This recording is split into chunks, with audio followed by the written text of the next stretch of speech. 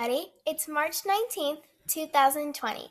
In this lesson, you will learn how to get appointed. Don't forget to do the study guide and vocab if you want to. Okay, very good.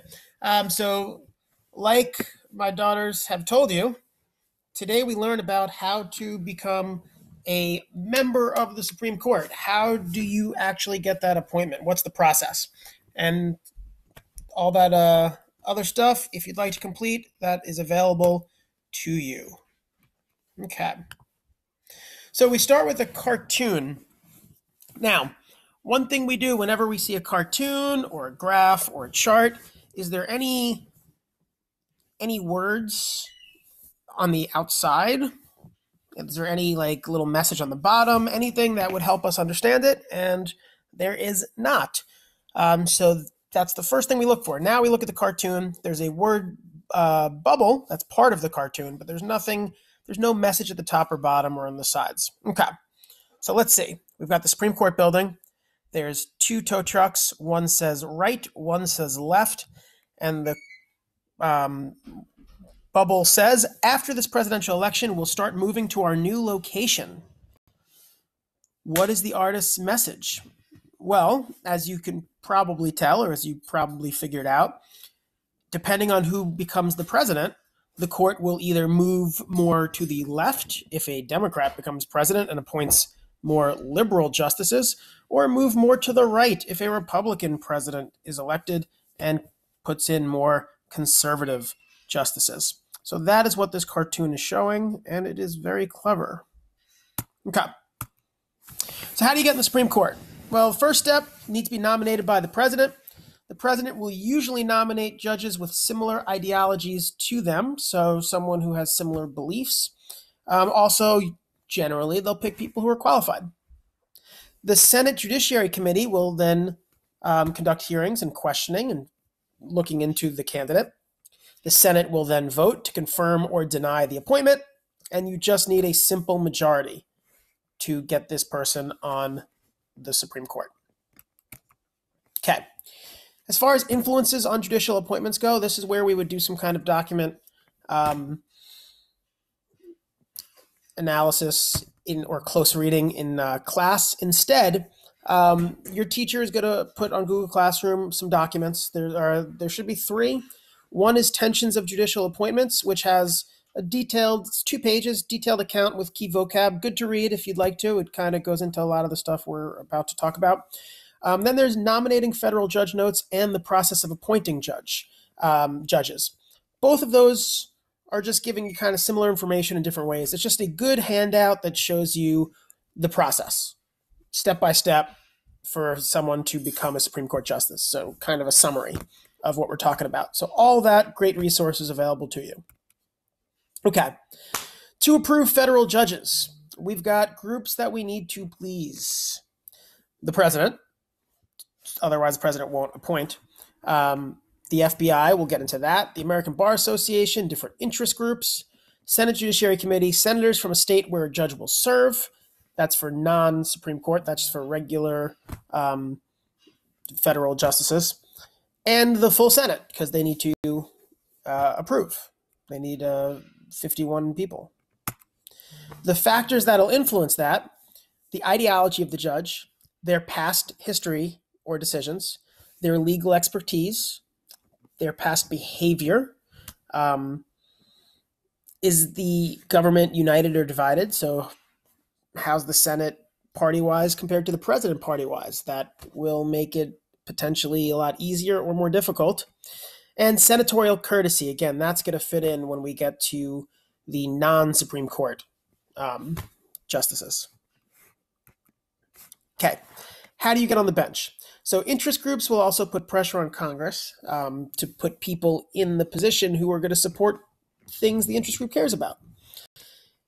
This has a step-by-step process. One of those 2 handouts I told you about is this, just with some more information around it. So you can kind of go through this on your own. We're going to go over some of the key steps as we go, but this is here for you to read. How do you stop a confirmation if you don't like the person? Well, if the Senate Judiciary Committee makes no recommendation, then that would stop it. It does. A filibuster used to be a way to stop it, no longer for presidential appointments, because now they've changed it to you only need 51 votes to cut off debate. And if you were in the majority, guess what? You got the 51 votes. So that filibuster option is no more. Then there's a hold. You could anonymously ask that a vote be postponed. Okay, blue slip. A blue slip is used by the Senate Judiciary Committee to offer senatorial courtesy. Key vocab word. Senators from a state where a judge will serve are asked to give their approval of the nominee.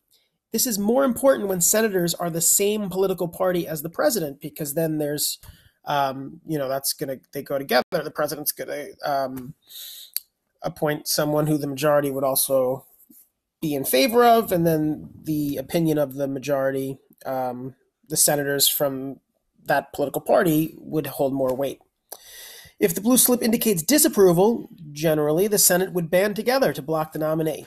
So basically, it's called senatorial courtesy because a courtesy is usually given to the home state senators, so they have more influence.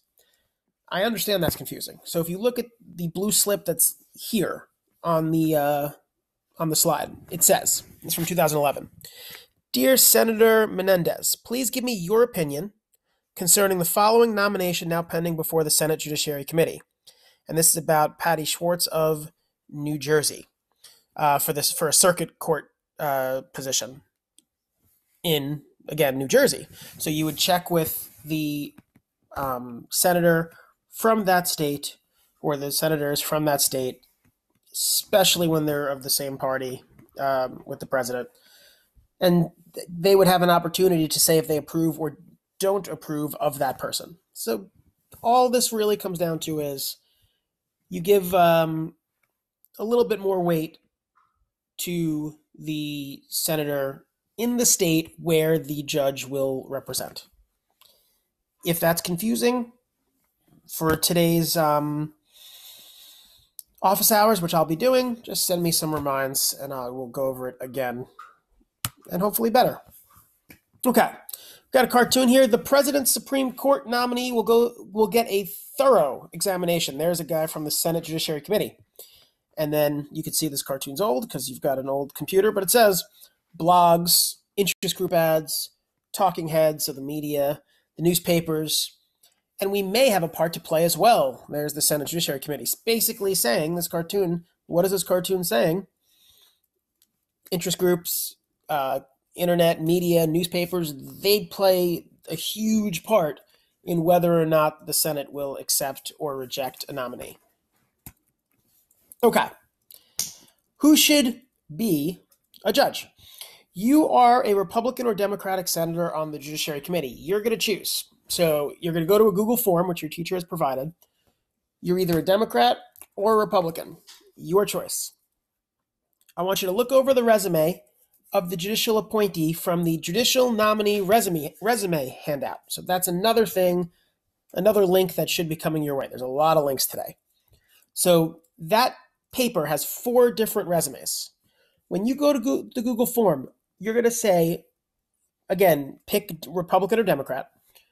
As a Republican or Democrat, would you confirm or reject this nominee for a position and give 3 reasons? So there'll be a part where you say if you confirm or reject and then explain. So there's a short answer aspect of this. So you're just going to say, I would confirm because, and then give me 3 reasons. You're going to describe those 3 reasons. So connect it back to why, as a Republican or as a Democrat, that reason is affected your decision. This is not identified. That would just be list of 3 reasons. You got to connect it. There's 4 resumes on the paper. You only need to do this for 2. So go in detail on the first 2 resumes. Don't worry about resume 3 or 4. I'm leaving them on the paper because we'll use this again next year. I don't want to delete it, but just focus on the first 2 resumes. And that's the end of our session. If you have any questions, again, send me those questions for later today. Good job, everybody. We had about 100 people do the last Google form. Let's see if we can get some more. Keep up